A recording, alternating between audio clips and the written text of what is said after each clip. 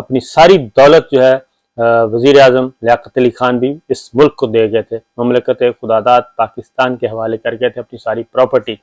تو وہ اس جیسے جو ہیں ہمارے رہنما جو ہیں ان کو گولی مار دی گئی تھی، شہید کر دیا گیا تھا. پھر اس کے بعد بہت سارے واقعات ہیں جو اکتوبر میں ہوئے تھے. تو اکتوبر کوئی اتنا اچھا سانحہ کارساز اکتوبر میں ہوا تھا. پھر 12 اکتوبر 99 اکتوبر میں ہوا، یہ سارا کچھ ہے. پھر اکتوبر زلزلہ جو ہے وہ اکتوبر 5 میں زلزلہ آیا، وہ ایک بہت بڑا المیہ تھا، انسانی المیہ. تو ساری چیزیں ہیں جی. اس لیے اکتوبر کافی بھاری ہے پاکستان کی تاریخ میں، تو اس سے بچنا چاہیے. اور پھر اس کے بعد نومبر جو ہے یہ بھی تھوڑا سا آگے جائیں گے تو پھر نومبر میں بھی، لیکن نومبر میں زیادہ سیاسی جو واقعات ہیں 3 نومبر یا 7 نومبر کی ایمرجنسی تھی جو لگائی گئی تھی نومبر 2007 میں. تو یہ ساری چیزیں موجود ہیں. تو بہرحال جو کچھ ہو رہا ہے تو اس میں عمران خان صاحب نے تھوڑا سا ریویو کیا ہے، اور وہ بھی اب کوئی ایسا اقدام نہیں کریں گے، کوئی ایسا اقدام نہیں کریں گے کہ جس سے کسی تیسرے فریق کو فائدہ اٹھانے کا موقع ملے. کسی تیسرے فریق کو فائدہ اٹھانے کا موقع ملے وہ کوئی ایسا اقدام نہیں کریں گے، اور اپنی تحریک کو وہ سسٹین رکھیں گے. اور اس میں ملٹی ڈائمینشنل، میں نے پہلے بھی کہا تھا ملٹی ڈائمینشنل. اگر کسی کا خیال ہو کہ وہ آئیں گے اور لا اینڈ آرڈر کا مسئلہ فوراً پیدا کر دیں گے اور ان کوئی ایسا اقدام کریں گے جس پہ ان کو فوج کشی کا موقع ملے، پولیس فورس، رینجرز، اور وہ گولی لاٹھی گولی کے بغیر وہ اس وقت پلاننگ کر رہے ہیں کہ لاٹھی گولی بھی نہ چلے اور حکومت بھی مفلوج ہو، عام انتخابات کی طرف ان کو لے کے جایا جائے. کیونکہ عمران خان صاحب کے پاس بہت ٹائم ہے. میں نے آپ کو بتایا تھا کہ پولیٹیکل پلیئرز کے بعد بہت ٹائم ہوتا ہے، انہوں نے ریٹائر نہیں ہونا ہوتا.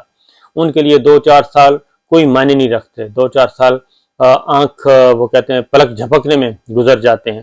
اس لیے ان کا ٹائم جیسے نواز شریف صاحب نے اپنا ٹائم گزار لیا، اسی طریقے سے عمران خان صاحب کا بھی ٹائم گزر جائے گا.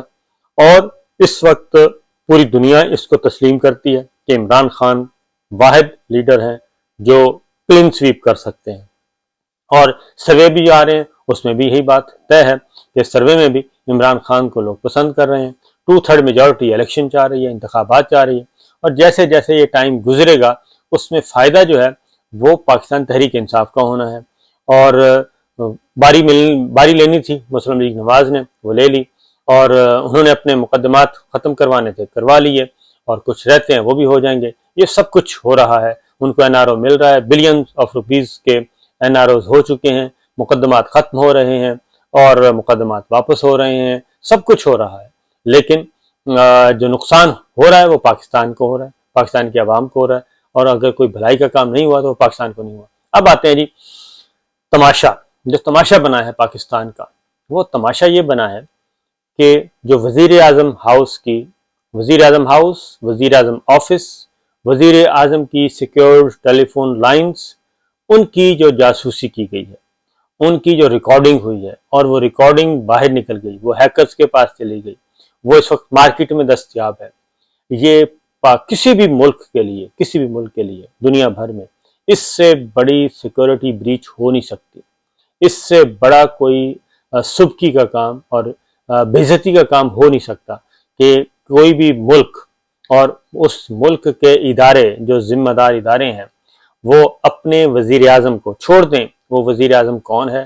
وہ وزیر اعظم نواز شریف ہیں، وہ وزیر اعظم گیلانی صاحب ہیں، وہ وزیر اعظم عمران خان صاحب ہیں، وہ وزیر اعظم شاہد خاقان عباسی ہیں، عمران خان ہیں، شہباز شریف ہیں، کوئی بھی ہے، ABCD، وہ کوئی بھی ہے، وہ وزیر اعظم پاکستان ہے.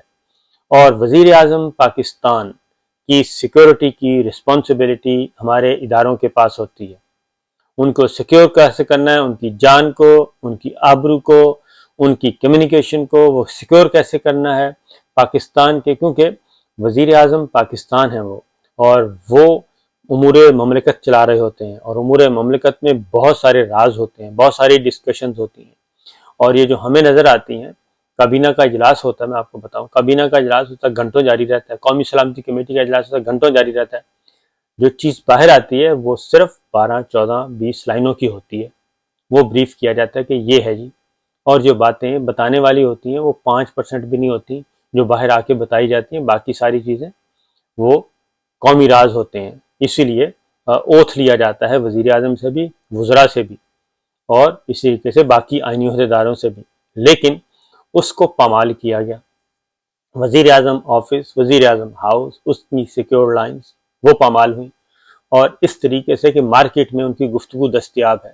اس سے بڑی کیا ہے کہ جیسے کچھ سبزی اور دالیں اور انڈے اور ٹماٹر برائے فروخت موجود ہوتے ہیں، اسی طریقے سے اب ان کی یہ چیزیں موجود ہیں۔ تو وزیر اعظم ہاؤس کی یہ سب کچھ بریچ ہوئی تھی۔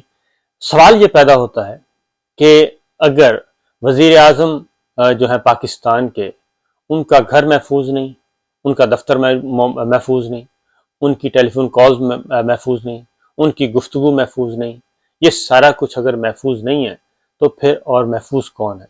اور پھر یہ ہے کہ ابھی تک یہ نہیں بتایا گیا کہ ہیکرز کے پاس کیا کچھ ہے، کیونکہ ہم تو اڑتی چڑیا کے جو ہے وہ پر گن لیتے ہیں، تو جب ہم اڑتی چڑیا کے پر گن لیتے ہیں تو پھر وہ ہیکر کون ہے یہ ساری چیزیں کر رہا ہے؟ اور پہلے ایک وزیر اعظم کی، پھر دوسرے وزیر اعظم کی، پھر ایک وزیر اعظم کی، پھر دوسرے وزیر اعظم کی، یہ ساری چیزیں باہر آ رہی ہیں۔ اس کا مطلب یہ ہے کہ جو کچھ پچھلے 9 اپریل نہیں، جب سے یہ سائفر آیا ہے اس کے بعد کی یہ ساری گفتگو ہے، اس سے پہلے کی کوئی گفتگو ابھی تک منظر عام پہ نہیں آئی۔ تو مسئلہ یہ ہے، سوال یہ اٹھتا ہے کہ یہ کیسے ہوا، نمبر 1، اور پھر یہ کہ کیا یہ ہمارے فیلئر ہے، ناکامی ہے، اور یہ سب کچھ اگر یہ ہمارے کسی ادارے نے یا کسی اتھارٹی نے لیگلی یا اللیگلی ریکارڈ کیا تو اس کا حکم کس نے دیا تھا؟ کیونکہ وزیر اعظم نے تو حکم نہیں دیا، وزیر اعظم عمران خان تھے یا وزیر اعظم شہباز شریف تھے، انہوں نے تو کوئی حکم نہیں دیا ہوگا۔ پھر یہ حکم کس کا تھا؟ کس کے حکم پہ یہ سب کچھ ہو رہا تھا اور کیوں ہو رہا تھا؟ تو یہ چیزیں آلریڈی ایک کمیٹی بنی ہوئی ہے، ہائی پاورڈ کمیٹی ہے۔ اب دیکھنا یہ ہے کہ اس میں ڈی جی آئی بھی ہیں، D G I S I ہیں، باقی ایف آئی اے ہے، پی ٹی اے ہے، بہت سارے اتھارٹیز اس میں ہیں۔